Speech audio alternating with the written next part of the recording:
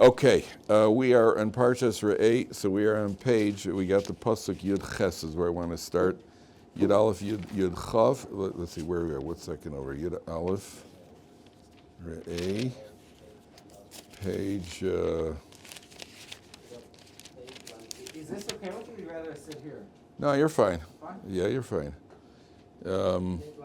998. There's a couple of points over we want to finish off here. We're still right at the very beginning. Everybody got a chumash? 998. Okay, so we said yesterday, I'm just reading the second pasuk now. It's the top line, the last two words on the top line, then we're going to move on. Es habracha asher tishvol mitzvos Hashem Elokechem. The blessing, if you obey the mitzvahs of Hashem your God, asher anochi mitzav v'eschem hayom, which I am commanding you today. So I saw that one of the blessings, the blessing, we were talking about yesterday, the various brachas and blessings that people have. If, I don't know, I know very little about music. I know I like listening to music. I don't know how to play a musical instrument. I played clarinet for 2 weeks when I was about 9. That was the last of my musical endeavors as a, I go, listen, imagine today I could have been a star and made a lot of money. But you never know. Clarinet players must be just all over the place, right? Just raking it in. So one of the worst sounds in the world is hearing somebody who's learning to play a musical instrument. It's a very, very annoying sound. And the most annoying sound is when that musical instrument is a violin. And that is by far the most annoying sound in the world. Trumpet, maybe. I was never a big fan of trumpets either, but a violin is a terribly annoying sound. When it's played well, a violin played well, and I know one guy who plays violin very well, and I actually asked him to play. I never thought I'd get to that point that I asked somebody to play a violin. This guy can make, and the violin is speaking to you. And when you hear music played badly, it annoys you. When you hear it played well, it's like, there's something very soothing about it, and music occupies a very high place in Judaism. In the Beis Hamikdash, the Leviim sang.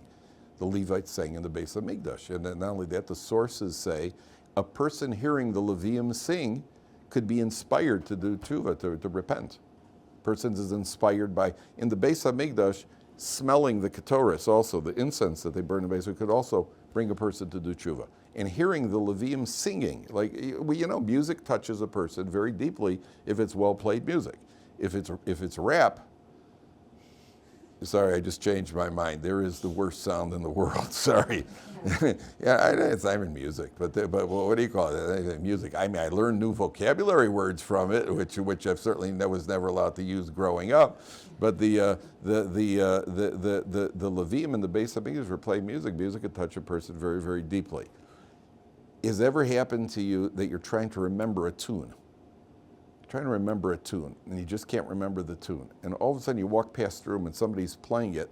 It's like, oh, that feeling, it's just like that, right? Or it happens also when you're trying to remember somebody's name.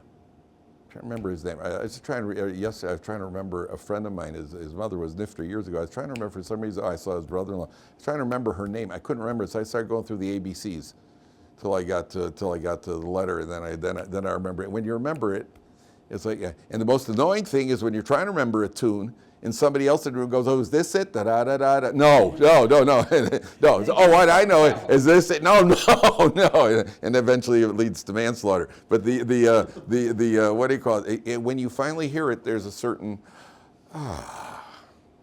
it's just the most beautiful sound you could hear. So my brother was a very massive Talmid Chacham. He told me, why is it that people who have never experienced Gemara learning, you have no background in Gemara learning, and you enter a Gemara class, and you learn something, and the logic starts to fall into place, and even when there's a challenge, there's an answer, and they go, and you get that feeling, like, It was because you've just heard music.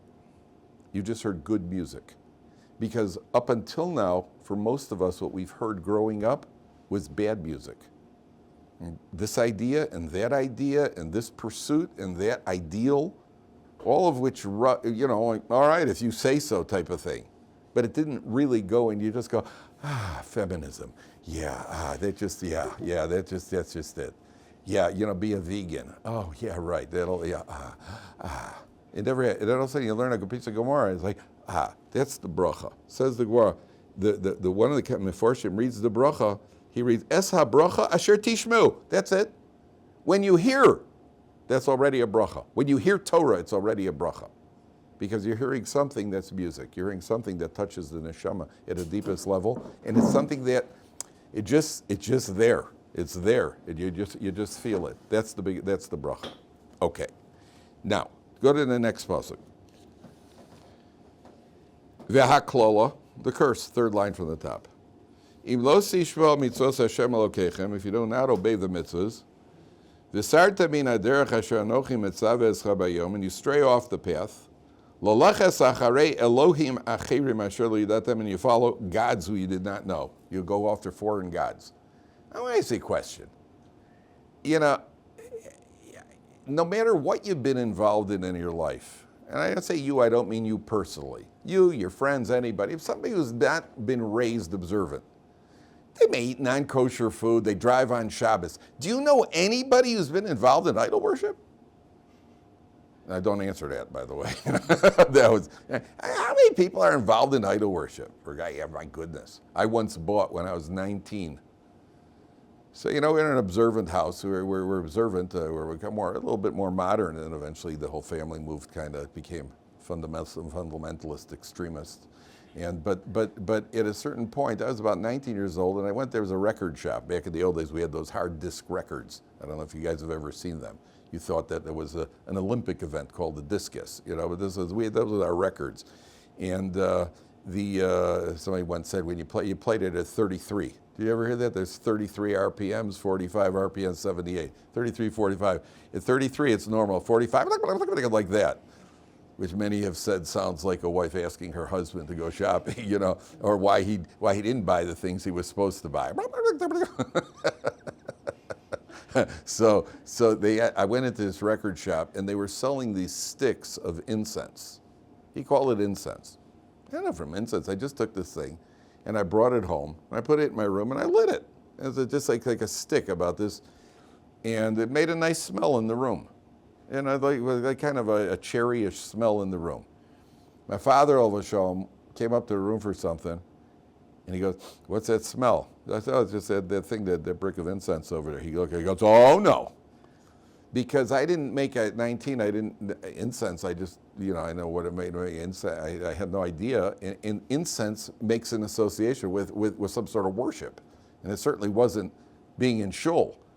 So my father had an immediate idol worship. That's right. I don't know that this incense came from idols, but if it did, then we're certainly not allowed to use it if it had been used in a service. And it could be, for all I know, that they made with some artificial junk that they put together and called it incense so that foolish teenagers will buy it. But my father's immediate knee-jerk reaction was incense. We know that, whoa. We don't have to go anywhere near idol worship. Nothing near it. So the Torah here, it's a very strange statement, because the Torah says, if you don't obey the mitzvahs and you stray from the path, and then you're going to go you're going to follow foreign gods. I mean, 0 to 60, because you didn't. Because you ate some non-kosher food. Therefore, I'm going to go worship other gods. The answer is yes, because we don't know where it ends. It could. One thing leads to another. One day it's this. The example I gave you yesterday. One little crack, one little chink in the armor, and then a little bit more, and a little bit more, a little bit more, and the next thing you know, a person's doing all sorts of terrible things. Number one. Number two, it has to do with the temptation. Remember, the Gemara says that idol worship was a tremendous temptation that people had. It's something we cannot relate to. We don't understand the draw that idol worship have. It's almost like, for the classic example would be a heroin addict. Now, you and I cannot understand, why would a guy stick a rusty needle into his arm over and over? The heroin addict, once he's addicted to it, that's why people say, "What's heroin like?" I wonder what heroin like. Girls ask that all the time. What's it like? Oh, it's just like marshmallow fluff, but a little different. You can't explain it. It's like explaining colors to a blind man. But there's obviously something there, otherwise they wouldn't be doing it. So when a guy was once explaining to me what ecstasy is like. Guy here in Yeshivat, he had done some ecstasy. He explained to me what ecstasy was like. I mean, my reaction was, do you have any more? Yeah, but I overcame the temptation, and here we are to talk alive to talk about it. But how can you explain it? There's certain things that you can't possibly explain. Idol worship was such a drive that the men of the Great Assembly at the time of the second Beis Hamikdash, they davened to Hashem. The Gemara says they davened that the drive for idol worship should be eradicated. And they were responded to, and a flaming lion came out of the Holy of Holies in the Beis Hamikdash. They said that's the evil inclination of idol worship. A flaming lion came out of the Holy of Holies. How do you explain that? I mean, you wouldn't expect to see the Yetzer Hara of idol worship, the evil inclination. You wouldn't expect to see him in the Holy of Holies, would you? I mean, I would go look for him in a club. I wouldn't be looking for him. I'd look for him in an ashram. I wouldn't be looking for him in the Holy of Holies. What was he doing there? Why was he in the Holy of Holies? Good question, Moshe, huh? Anybody got an answer? Why is he in the Holy of Holies? He came out of the Holy of Holies. So I'll give you a hint. Same source. What's that? Same source. You're close. Kavona, like davening to Hashem, creation. You're close. You're very close. In other words, what Azriel is saying is it's a mischanneled energy. Our energy is supposed to be focused upwards, and instead the same energy that's supposed to go into God is slightly mischanneled, and it's going into the idols. There is something to that. As a matter of fact, what is the land of Israel called? What was the original name of the land of Israel? Huh? Canaan. You know what the land of Canaan? You know what the word Canaan comes from? The root of the word Canaan comes from the Hebrew word hachna'ah. Hachna'ah means submission. This was the land of submission. They submitted to the wrong things. It was the seat of idol worship and pagan ritual. Was in Israel, was in the land of Canaan. So they submitted to the wrong things, but it's a land that it somehow evokes submission. If you go to the old city, excuse me 1 second. If you go to the old city, in the radius of about a square mile of the old city, you probably have represented probably 5, 6, or 8 of the world's major religions there. You got Judaism, Islam, Russian Orthodox, Greek Orthodox, Russian Orthodox, Armenian Orthodox, Roman Catholic. Everything is there. And why are all the religions here? Why do they all? You don't find that. Go to Pittsburgh, you're not going to find that. In any square mile of Pittsburgh, you won't find it. Maybe San Francisco, not in Pittsburgh. Right? Why? The answer is it's a land that we're going to see later, and it's like hopefully we get to it today, if not today, tomorrow. It induces a certain amount of submission. But the problem is, like you're saying, it's mischanneled. You're submitting to the wrong thing. So the idol worship, in other words, man by nature we look upward, and the idol worship when it originally began was a very subtle distortion. Instead of serving God, they served God through an intermediary. They didn't look at this little metal statue and say, "Oh, that's created the world." But that's what the Torah prohibits. More than that.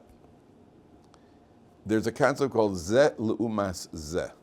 Zeh l'umas zeh means, roughly translated, counterbalances. God created the world with a counterbalance. If there's a drive for good, in order to maintain free choice, if we have a drive for something good, there's got to be an equal and opposite drive for something bad in order to maintain our free choice. At the same time that idol worship was removed from the world, that drive was removed, the same time prophecy ended. Because if there would have been prophecy, the spiritual ability to tap into that level of connection, so that would have distorted the free choice. And therefore, why? Because the idol worship is removed. So that has now the balance removes. It's at the same time that's when prophecy stopped. I don't know the exact date, but at that period, in order to maintain the free choice or the balance in the creation. So the Torah says, yeah, that can happen to you. That can happen to you. If you start, you make one turn off. I mean, look what happens to a rocket. You know, if you blast off, or NASA, if they blast off and they're just slightly off course on the blast off, so where's it going to be once it gets to outer space? So you're going to be miles and miles and miles and miles away, right? It's when I drive interstate, right? And I always end, on my 2 experiences doing it, I ended up miles and miles and miles away from where I was supposed to be. I actually was driving from Columbus to Chicago, and I ended up in West Virginia. Now, I'm not proud of this now. I'm just saying it was not my finest moment. We had been married. We'd been married. That was after getting lost on the way from Chicago to Columbus and almost ending up in Detroit. But what happened was on the way back, we had to get back to Chicago for Shabbos. And we were leaving on a Thursday night. I think it was Motzei Tisha B'Av, if I'm not mistaken. It was right after Tisha B'Av. We had married about 3 weeks. And we were leaving. I had to drive to Chicago to my parents' house. We were by my in-laws. And then on Sunday or Monday, we were flying to Israel. So we had to get to Chicago for that last Shabbos. So our plan was, it was Motzei Tisha B'Av, so we're exhausted. Our plan was, it's a 7-hour drive, and we normally are very nervous about going on Erev Shabbos. Our plan was to drive about 2 hours at night, go to stay in a roadside motel somewhere, get up fresh the next morning, got 4 hours left to drive, and be in Chicago by 12 o'clock. Shabbos way. Okay. So my father, had told, when I asked my father how to get, when he gave people directions to my wedding from Chicago, he kept saying to people, just take 70 East. So I said to my father, when I was in college, I said, how do I get back to Chicago? He said, just jump on 70 East and take it straight through. Now, I had never driven interstate except at one time that I made the first mistake, so I thought 70 East meant 70 coming out of the east towards the west. I was not the sharpest knife in the kitchen. But I thought if he said 70 East, I figured 70 coming out of the east going west. Isn't that logical? So, we leave at night and we drive for about 2 hours, 70 East. Then it's great. And we go to sleep for the night, get up the next morning, and wonderful. I got another 4 hours to drive. We start driving, and all of a sudden I see mountains. There are no mountains between Chicago and Columbus. You could roll a marble from Chicago to Columbus. One flick and it'll get there. And all of a sudden I see these mountains and I that thing that you're in denial at first. And I see this beautiful mountain range, you're in denial. And then we drive for another 10 minutes and I see a sign that says, "Welcome to West Virginia." Now, under normal circumstances, had I been in a good mood, I would have just gone, "Yeehaw, West Virginia! let's go buy some rabbit." Hey, I was not in a good mood. And what happened was I'd gone completely, and then I got out of the car and I called my mother to find out what time Shabbos is coming in. I had 10 and a half hours to make a 9-hour drive, which is not a lot of wiggle room. And under what we really should have done, looking back, we should have just gone to Columbus for Shabbos, then leave Motzei Shabbos. That's really what we should have done. But we were already loaded up. Our car, the car was so loaded with our stuff, my wife couldn't even get in. She had to pick up the radio, sit down, and I put it on her in order to close the door. That's how packed it was. It was a Camaro. It was my car. It was a good car. So there was only one. But you remember I told you that ever since the original sin, the Eitz Hadas Tov Ra, the tree that was good and bad, the tree of knowledge, good from bad. Ever since Adam ate from that fruit, there's been no event that's been completely 100% good without a little bit of unpleasantness in it. And there's no event that's totally and utterly unpleasant without a little good in it. So there was a little good in this, because up until that point, every time we got in the car, my wife of 3 weeks said to me, you're driving 57 miles an hour. You're 2 miles over to, yeah, that's okay. I can go up to 60. It says 55. Okay, it was 55. As soon as I got into the car, she says to me, "Floor it." Right? Oh, the words I love to hear. I got in. I was that was wonderful. So what I did was, that was back in the day. They had CD radios. The trucks had CD radios. That was before Waze and everything else. So what I did is I fell in between the trucker. I knew the cops hated the truckers. So every time I saw these trucks are zipping, I got between two trucks. It was like that movie Smokey and the Bandit. I got between the two trucks, so I did about 85, 90 to Chicago. It was beautiful. It was a wonderful day at the end. See, Hashem loves the righteous. But it was we got in 45 minutes before Shabbat. My parents were so nervous. There was no way to contact them. There was nothing. What do you call it? In any event, I don't know how I got on there. Well, whatever. Here I am. So we obviously made it. Now there's another idea here. If you take a look, if you take a look at that pasuk again, I know you're still thinking, how can you have thought 70 east is 70 coming out of the east? I know you haven't even gotten past that yet. I know. Okay, take a look at the end of the pasuk, because the end of the pasuk says, "V'sarta min haderech asher anechim etzavezchem hayom." You'll stray off the path. Now pay attention carefully. 5th line from the top. What'll be? Now pay attention carefully. Very subtle. Lo leches acharei Elohim acherim. You're going to go follow other gods. Asher lo yedatem, who you're not familiar with. So I understand. And what about the gods you are familiar with? That's okay? The Torah says you better obey the mitzvahs, otherwise you're going to end up following gods that you're not familiar with. How come the Torah doesn't warn about you following the gods that you are familiar with? Already overcame. Oh, excellent. The gods we're familiar with, we already see that they're garnished. There's nothing there. That we already say, that's not worth it. But there's always something you hear about. Oh, in Tibet, there's something really special over there. And in India, wow, they got this guy, some guru, you haven't met it yet. So you're going to go and you're going to check that out also. Torah says, listen, you're not missing anything. The ones you already know are useless and worthless. Now you're going to go you go to the ends of the earth to go follow the other ones. That's the danger over here. Okay, let's go on. Take a look at Pasuk Chof Tes, the next one. Okay, now this is already a completely different concept. And it's a very, very, it's something that requires a lot of thought before making these. It involves a life decision. So Torah says like this. When God brings you to the land, V'nasata es habracha al har grizim ves haklola al har evel. There's going to be blessing on the mountain of Grizim and the curse on har evel. Now the Gemara tells us, the Torah later on is going to say, the Gemara says 6 tribes went up to the mount of Grizim. 6 tribes stood on Mount Evel. Different opinions in the Gemara was the representatives of the tribe who exactly went up there. And then the Levium in the middle, they turned and they gave a bracha to one mountain and they gave a curse to the other mountain. The blessing is if you do certain mitzvahs and you obey certain things, and the curse is if you don't obey them. And whichever the blessing was, and they were on these 2 mountains.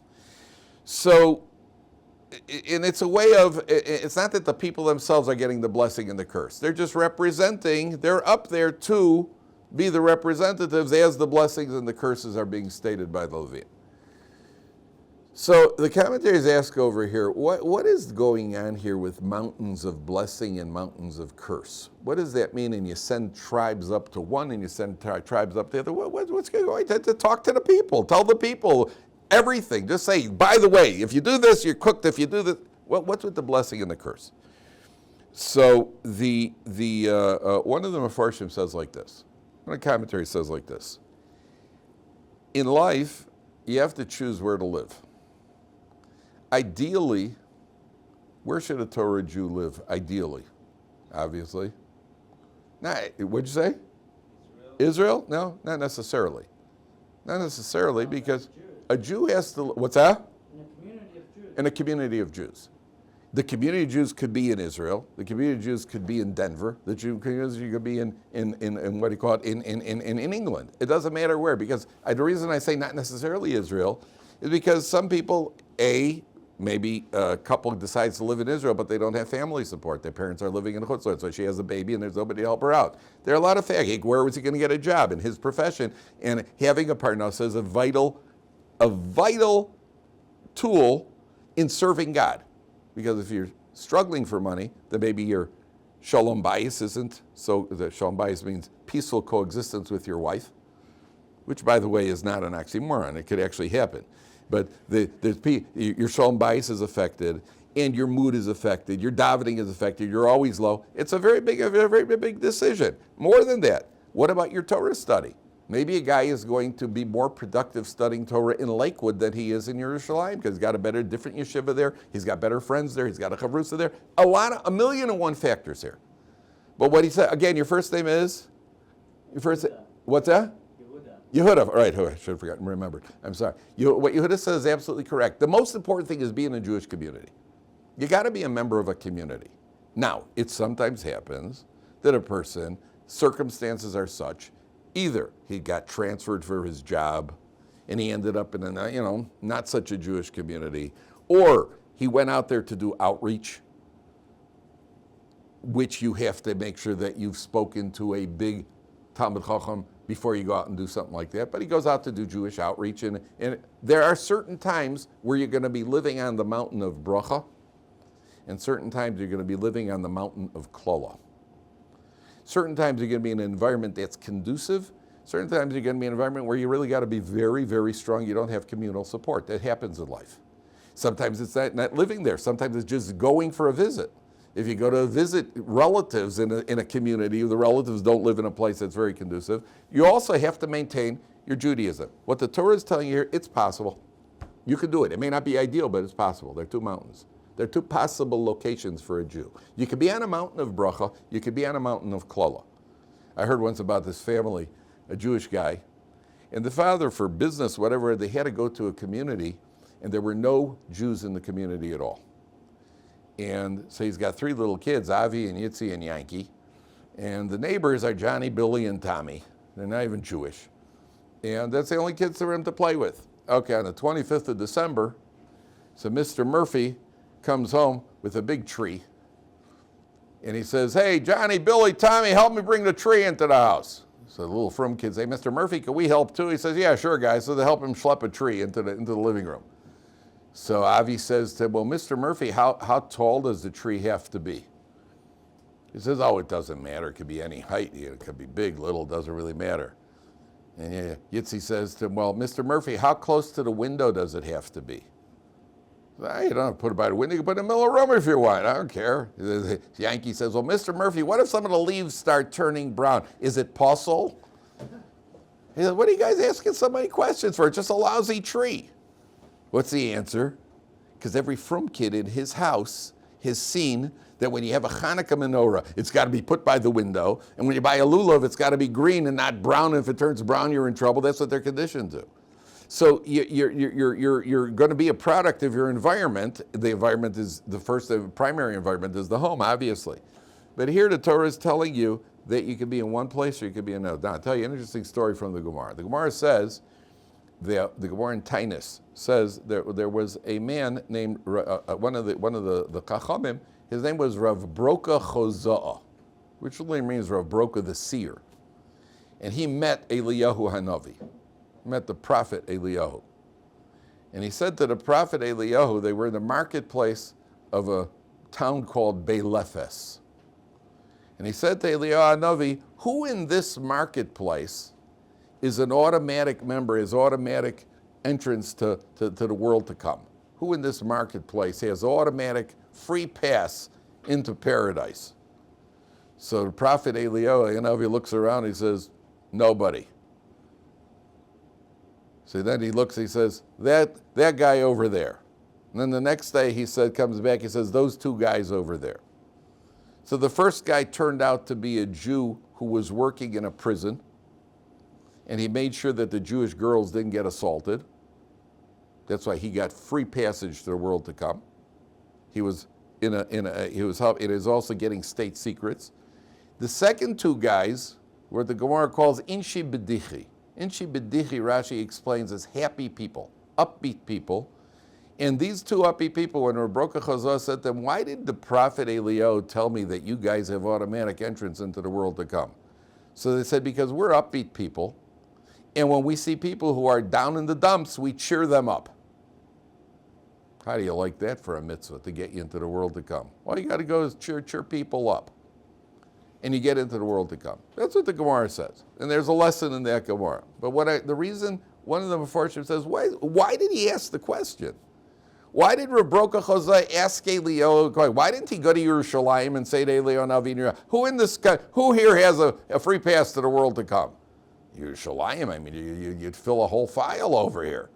You know, you got a whole bunch of tzaddikim running around. So he goes to Beilefes. Imagine going to Eliyahu Navi. You go to, what do you call it? You go to San Francisco. Who in this city is an automatic pass to the world to come? Oh, go to the campus of University of Arizona.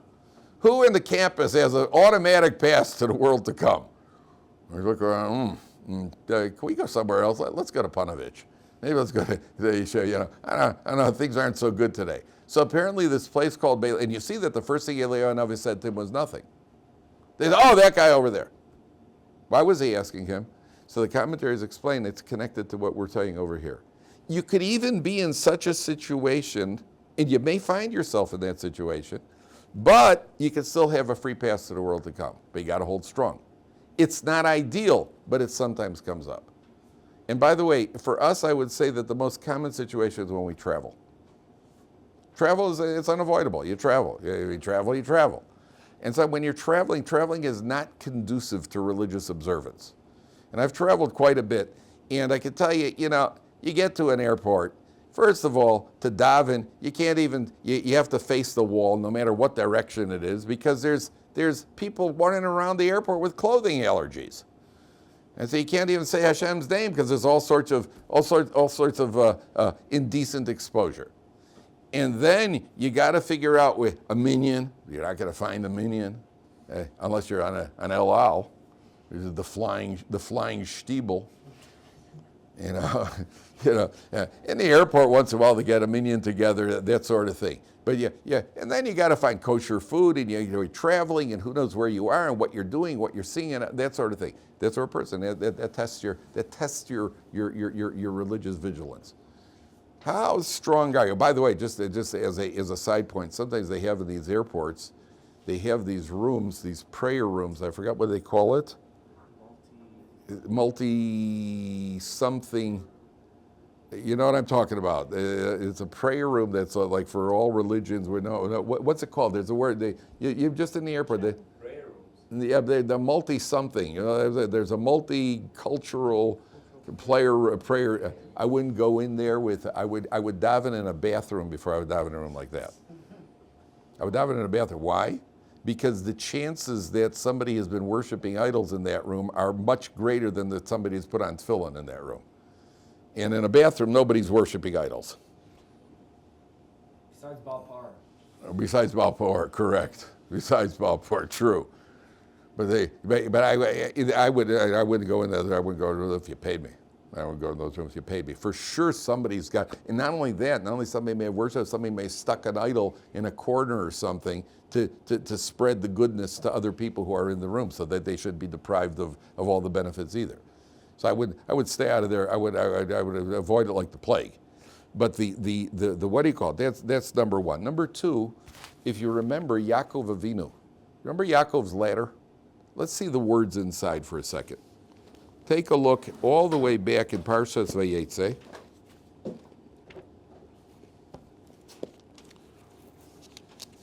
I want you to see the words inside. On page 1, where is it? 144. We'll end with this. I just want to show you this point. Yaakov's on the run, and he has a dream. He sees this ladder. Now, if you take a look on 144 to the third line from the top. Everybody see that? Vayachalom, he has a dream. V'nei sula mutzav arza, there's a ladder firmly on the ground. V'rosho magia shemaima, the top of the ladder reaches into the heavens. V'nei malache elokim olim v'yordaba, angels of God are going up and down this ladder. That's Yaakov's famous ladder. There are many in the book of Bereshis. This is possibly the single point that may be discussed more than any other in the entire book. When you look at the commentaries, everybody's got something to say about this ladder. It represents a ladder of growth, and it's one rung at a time, and so on and so forth. But you notice that the Torah says the ladder is firmly on the ground. You know, if you picture a ladder in the movies, the ladder, the stairway to heaven. It's a stairway to heaven. So you picture the stairway is up in the air and you get on that stairway. You don't picture the stairway starting on the ground, do you? You just kind of picture the stairway floating and you get on the stairway and you go walking up the stairway to heaven, and then you go all the way down and you find Mick Jagger all the way down there. But you walk up the stairway, not Mick Jagger, sorry, what was his name, Robert Plant. But you go up the ladder, up the stairway to heaven. The Torah emphasizes the feet of this ladder are on the ground. So the first thing that everybody always says, well, the ladder represents that when a person is in pursuit of religious growth, keep your feet firmly on the ground. Don't get detached from reality. Don't become a flower child. Hi, my name is Rainbow. Can I have some tefillin? No. Or just stay very stable. That the stability, just because you're religious doesn't mean you're cracked. We're perfectly stable. Just that we have various quirks, like wanting green Mercedes. But other than that, we're more or less stable. But the ladder's telling you over here, Verosha, the sulam is on the ground. That means you may be in a life situation where you're very much in a materialistic situation. You're on the earth. Your feet are on the earth. You may be living in a society that's materialistic, that's pursuing, but your head could be up in the heavens. Verosha Magia Shemaima. Your goals are up to reach the heaven. That means even if you have to be, and that's what the Torah is telling you over at the two mountains. The Torah is telling you with the two mountains, listen, ideally, be on the mountain of blessing. Live in B'nai Brak, live in Lakewood, live in Chicago. Yeah, you should see what Chicago's unbelievable now. Chicago, Ir HaKodesh. And live in live in Yerushalayim, live in London, in Golders Green, live where there are from Jews, a from community, where you can be a contributing member to the community and be contributed to by the community. And the Rambam says a man is affected by his environment. And if you live in a from environment, you're going to be affected by it. And by the way, being affected means also being a participating member. But what if you don't live in that community? What if you live in a community that's not that conducive community? You still have the ability to get there. The feet are on the ground. You're in that area, but Rosh Hashanah, your head is in heaven. And that's what the two mountains represent. And in life, by the way, that's one of the choices that's the reality of life, is that you have to make choices. And when you're married, where are you going to live? And then you have a family, and you have a job, and you have family members, and we have to move, and we may not want to move, and now we're going to have to be here, maybe here temporarily. The person has to know that even in temporary situations, if they're not as conducive and not ideal, even so a person could serve God at an optimum level in that situation. That's what the Torah is telling you. All right, TBC, as they say.